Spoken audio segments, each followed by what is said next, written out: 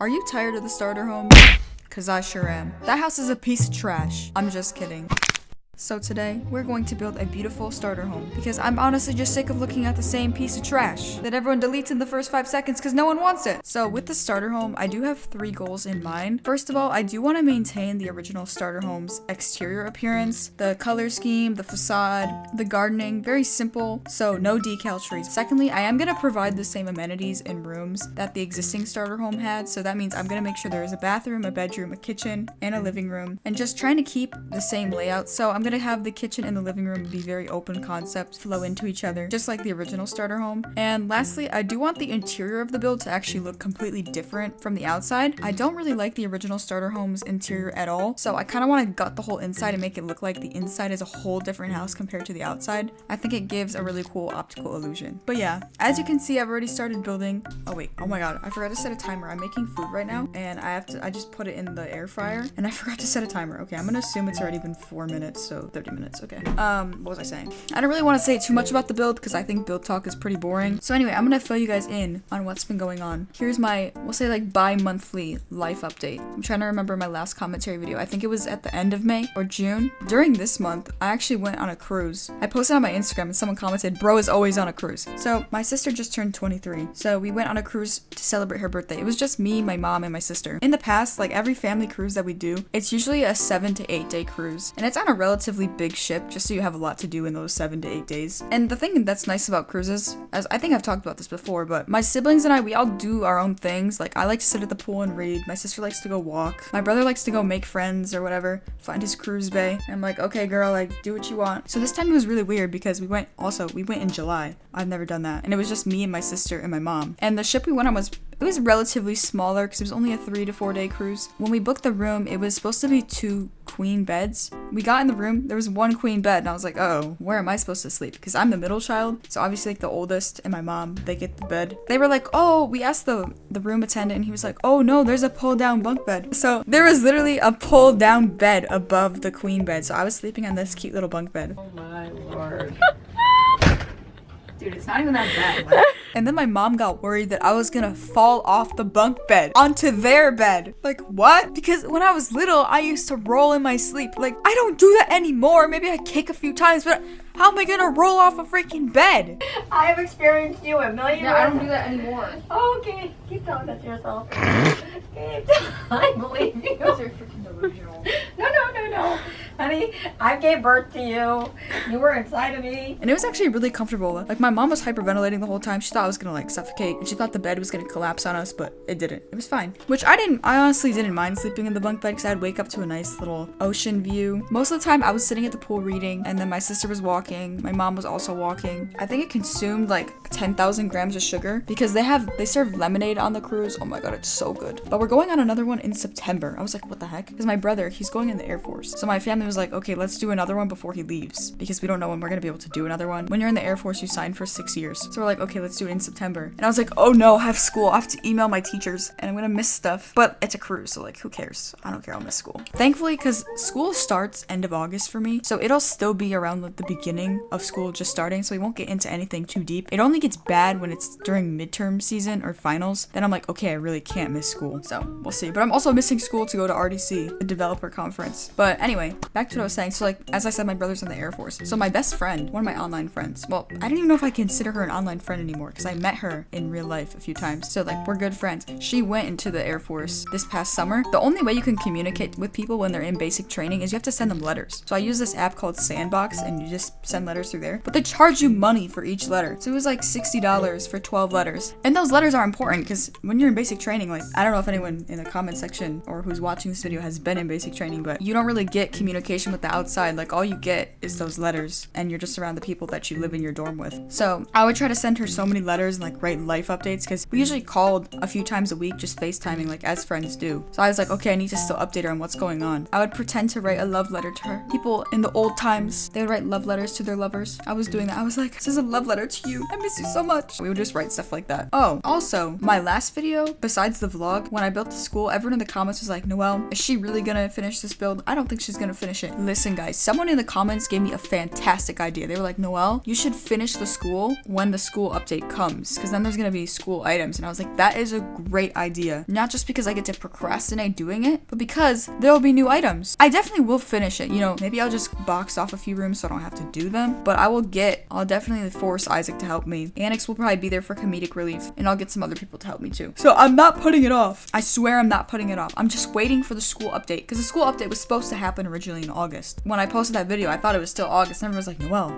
no. I'm trying to think back to when I had a starter home, because I started playing Bloxburg, I think in 2018 or 2017. It was a long time ago. And there was an older starter house before this one, and I think that one was more nostalgic to me. I remember I spent all my money on a pool. I think I had like $2,000. That's like whatever you're given when you first start. And I just made a pool. As soon as I loaded in that plot as a first time player, I saw a girl across the street, and she had this rainbow triangles wall and then a pool, and I was just thinking, oh my god, that is so cool. I want to be her. So then I literally just started making a pool, and I was like, oh, it's fine. I'll work and I'll just keep expanding the pool. That was a terrible idea. Why would you add a pool in front of the starter house? And then I ended up just deleting the house. And then for the next 6 months or whatever, I just kept deleting my houses because I was just never happy with them. And then I was like, okay, here's my next plan. You know, every time you join the game, there's like a daily reward streak, and then as the days go on, you get more and more money. So I was like, okay, if I join the game every day for 70 days straight, by then I'll accumulate 75,000, and then I can afford that other pre-built, which is the green one. I don't know what it's called, I forgot. So I just didn't want to work. So I was like, okay, I'll just join back and keep doing that. Obviously, if you're playing the game, like, I'm not just gonna let the money sit in my account. I just kept building, and then the money just obviously did not stack. It just kept getting spent. So it just never happened. That pre-built just never happened on my plot. But then a few months later, I think for my birthday, I got a Robux gift card, and I just bought cash because I was just like, okay, at this point, I have 600 Robux. I'm so rich. Let me buy some cash. And then I bought the pre-built, and I finally had it on my plot, and I was like, okay, what do I do now? I don't want to mess it up. I'm always so weird like that. Whenever I buy things, like a pre-built house or anything, I don't like changing anything or touching anything because I think I'm gonna mess it up. This even applies to real life too. Whenever I get a new package or I go to the store like Ulta and I say I buy a makeup product, I leave the item in the box, in the bag, on my dresser for like a week before I even take it out of the box and use it. Same with when I buy clothes online. I'll keep the bag and then I'll just leave it in the bag until I try it on. A few days ago, I got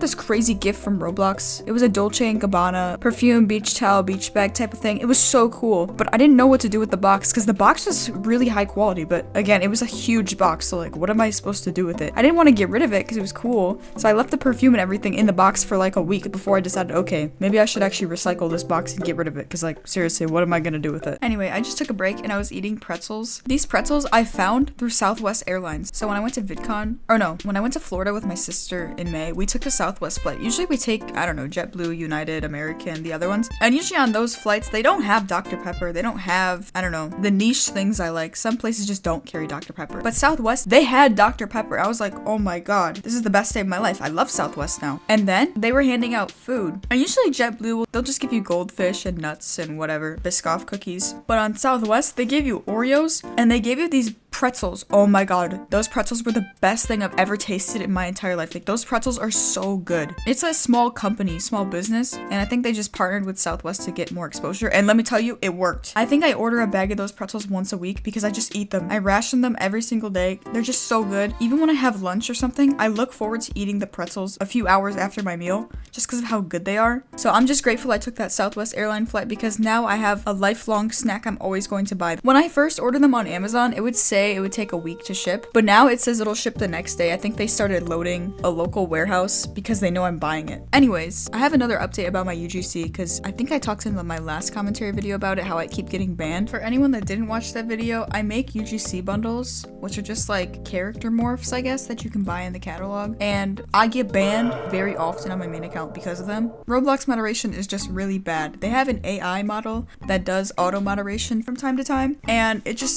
some reason just takes down a bunch of bundles for no reason. So as a star creator, I'm very lucky that I have some connection to, I guess, a higher up power than moderation. So I always message the star program and they always usually help me. So Anna from the star program, if she's watching this, girl, you are the best. She is like my knight in shining armor. She always helps me get unbanned and sorts things out for me just to make the process easier. But I feel really bad for anyone that does UGC and like they're not a star creator, because Roblox moderation and appeals, they're just not good. Like, I feel like sometimes they don't even even read the messages, or like when they're looking at an appeal, they don't actually check to see what the bundle is doing that's breaking a rule. Like I uploaded a deer, the deer from 99 Nights, right? And they flagged it as sexual content. And I was like, dude, it's a deer. It doesn't need a modesty layer. It's an animal. Like I had another one. It was a Minecraft chicken. They took that one down. And they were like, it's sexual content. It's misusing systems. And I was like, girl, it's a chicken. What is sexual about it? And it's not misusing systems. Like it's an animal. It has like the legs and the arms. There's nothing broken. So I don't know what was going on. And then, oh my God, it got way worse over this weekend. It was on Friday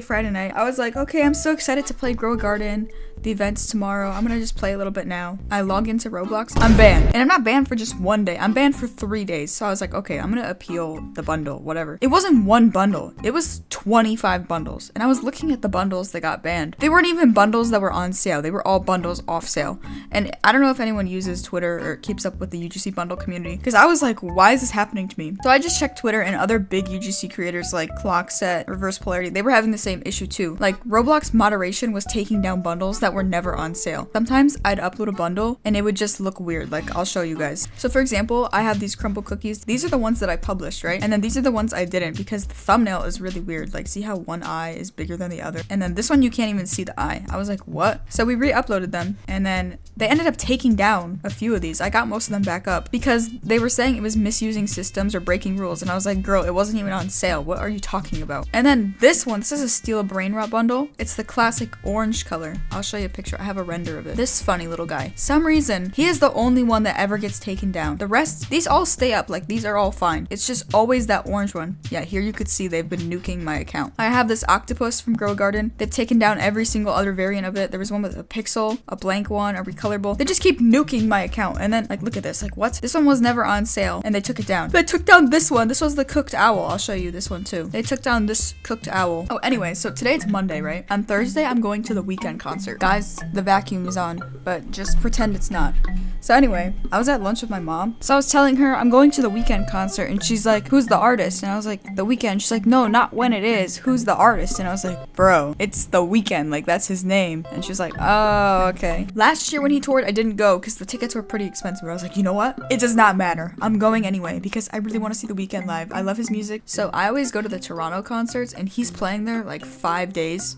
That's how big he is. Well, that's also where he started music. That's his like spawn point or whatever. And I was looking at the ticket prices. If you literally buy the ticket like 3 hours before the concert, it's way cheaper than what I bought it for a few months ago. But I was like, I'm just too type A. Like I need to buy the tickets and I need to know that I have a secured spot before I go. Last year, I went to a 21 Savage concert with Annex. I bought my ticket, I don't know, like 3 weeks beforehand because I didn't know we were gonna go to it until that far in advance. And then freaking Annex, he didn't buy it until an hour before the concert. And he got a good deal. But I'm like, dude, I cannot deal with the emotional like distress of being unsure if I'll actually be able to go. But also I think there's a factor that because I don't live there, I have to drive like 3 hours to get there. It's better for me to know ahead of time, or because he lives there, you know, he can just show up and leave if he wants. It's not like he's relying on it. So there's also that too. Like same with booking flights and hotels. Some of my friends, okay, for example, for RDC, Annex and Isaac are sharing a hotel, right? Isaac booked the hotel, like he already booked his flight, and he keeps asking Annex, he's like, can you please like book your flight? And Annex is like, yeah, I'll do it. He never does it. Has he done it yet? No. He got the invite, I don't know, like 2.5 months ago. He still hasn't booked his flight. Isaac's probably reminded him like 300 times and he still hasn't booked it. He's just like type C, maybe even type D. Like he's just too chill. And I'm like, okay, as soon as I got that ticket, I booked everything. I mean, I guess this applies to everything too, like especially school. I was just thinking about it because it's coming up. Oh my God. It drives me so crazy when I have a group assignment and then we get 2 months to do it, right? So obviously you're given 2 months because you need 2 months to do it. So I'm like, okay, I'm gonna start it now and slowly keep doing it. And then everyone else in my group, they won't start it until the last day or the last week. And I'm like, holy crap. There's so many type freaking C, D, E, F, G's in this class. And I just can't. It drives me crazy, but I mean, I guess you're supposed to know how to work with other people. My teacher always told me the reason they do that and they put you with random people is so you know how to deal with all types of people. I don't know, to me, it feels like I'm sacrificing my grade and like mental patience in life because of how much I have to deal with lazy people. I mean, I get if certain people want to procrastinate, that's fine. Just give me a heads up. Most people just don't communicate. They don't say like, hey, I'm gonna do it on the last day. That's just what I always do. They're just like, okay, I'll start working on it.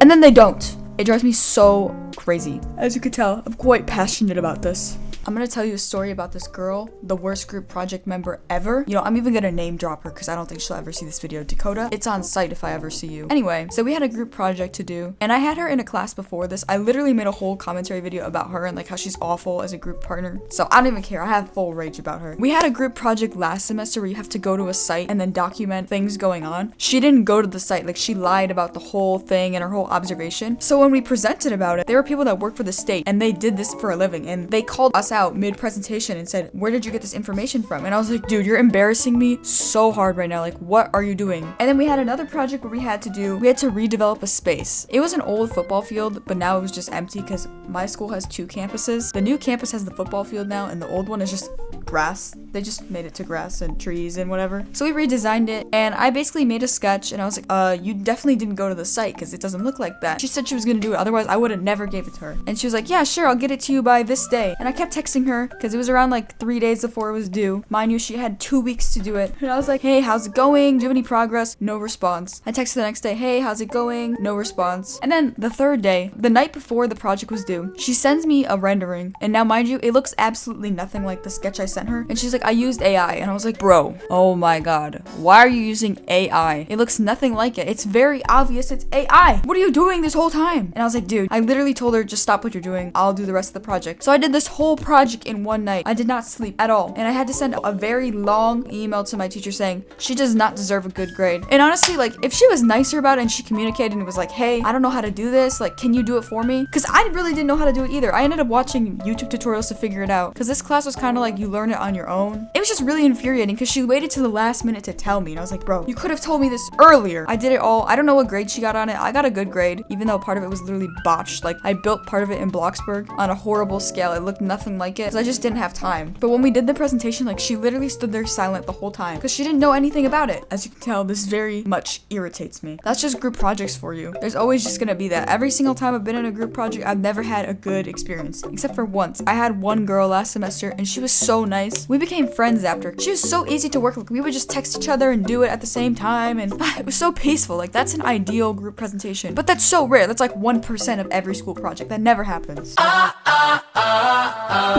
Anyway, this commentary took quite a turn. A lot of subjects covered today. But here is the starter home, all renovated. I tried to keep it very simple, just like the classic starter home. We got the yellow and the green, the brown roof, just to keep it very default starter, and I did not use any decal trees. This is definitely a lot less detailed on the outside than a typical house that I would do, but I like how it looks. But then as you go into the inside, it's a completely different home. It looks way different. A very refreshing, clean looking home. There's definitely a few more details in here just because I wanted to give it a little French roses touch. I like adding little things here and there, but you could definitely decorate this more to your own liking. So that's why the bed is pretty simple. I can't say much about the desk though. The desk is definitely detailed, but the closet is pretty much empty, so you can add as many things as you want in there. It just has all the basic amenities that you need. The bathroom is very nice. I did use a decal mirror in here and just some other floral decals. I feel like the florals are very nice. Basic generic addition to a starter home, but I think this house looks really refreshing. It looks like a very beach breeze, clean home that would be nice to start as a new player in Bloxburg. Compared to the before, I think this house looks really great. I love how it turned out, but let me know what you guys think.